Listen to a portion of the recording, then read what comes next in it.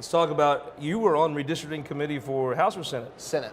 All right, this is what I think. These things get together and they're made to never agree. Am I wrong? Well, I think on the Senate side, I can't speak for the House, we seem to have 20 commissioners, more or less, that want to find some sort of agreement and do what the process has told us to do, which is to come up with a map. And I think that we have a lot of similar goals. And I think on the Senate side, I think it's possible. It's not been done in the last 30 years. 34 districts, right? Than it is 162. And to be honest, yes, and there are only so many parts of the state that would be a contentious type of discussion. So it is nothing like the House map. Be very interesting. You watch this process unfold. Saline County has been in a district of Warrensburg, been in a district of Cass County, been in North Missouri, been a little bit of everywhere. It's going to be interesting to me to see how these districts come out and how you divide that population. Yeah, I feel really blessed where I'm at in Saline County. I live in Marshall, so I've got an instant population base of around 13,000 people there. If I go west into Lafayette County, I went to high school in Alma. I mean, those are my people over there too. I go north, I know a lot of folks north of the river. I go east, I know a lot of folks east of the river. I go south, so playing for really helps with that, right? A little bit, and being just a small town farm kid, back in Blackburn, Missouri, growing up out in the country. So I got a lot of support no matter where it goes, and just being around the state and meeting more and more folks, I feel really comfortable how it works, and kind of like Aaron Baker here said, that 162 puzzle pieces are a lot harder to put together. So if I was a Democrat and I saw Nicole Galloway get, 40% of the vote, I would wonder why we don't have 40% of the legislators. I've always thought it's not as much gerrymandering as Democrats live in tightly condensed areas right on the state line.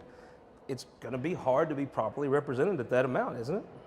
It is. I do think that, we have certainly opportunities. We're seeing a lot of places in Missouri that grew exponentially. My district is one of those places. We have 10,000 more people in my district than we're supposed to. So now I think my district may get smaller, or who knows.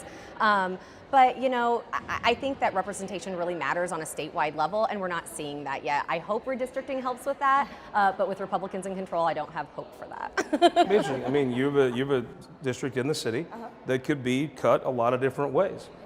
And I also think it's interesting to me, the Democrats got involved with a bit of a plan to change it, using some ethics stuff. Then Republicans come in.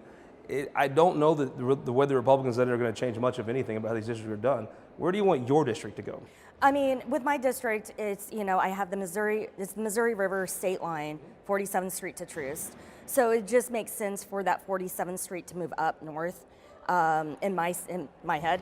It makes sense. So it would make sense for that line, that boundary line, to just move up. Now, my district did grow, so I would have to look at exactly where that line would fall to make sense.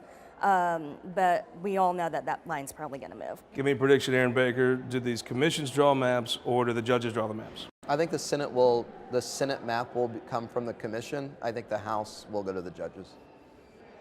I'm too new to give an opinion, but from what everybody says, the judges are going to take care of it. I'm going to say double judges. What do you think? I'm going to go with judges. Judges. And when the maps are done, do you think Democrats will say they're unfair? Yes. Yes. I think they'll say they're unfair. No question. No.